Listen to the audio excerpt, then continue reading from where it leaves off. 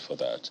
Um, I've not seen it in detail. I don't know if you have, but of course, a huge portion of that winner is going to go to appropriation. It's going to go to sort of recurrent expenditure. We're not going to see a lot being done with infrastructure in that sector, as usual. When you see that figure, does it look like something that will have an effect in the coming year, you think, in that sector?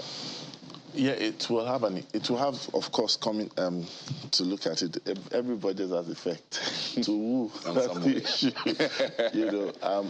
It saddens me to see that most of the time our budget is actually tilting towards contract and vendor-driven.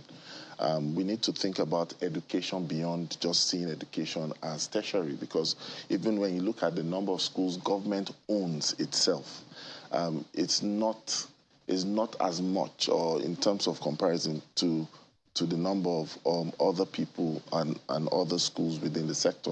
But then when you think about it, you said something about recurrent expenditure. We have to ask ourselves, what's the kind of input and the data that was supplied for that figure? Because a lot of times you find out that they're same items. We are talking about building of walls, painting of walls, and we're moving beyond brick and mortar with the current education landscape.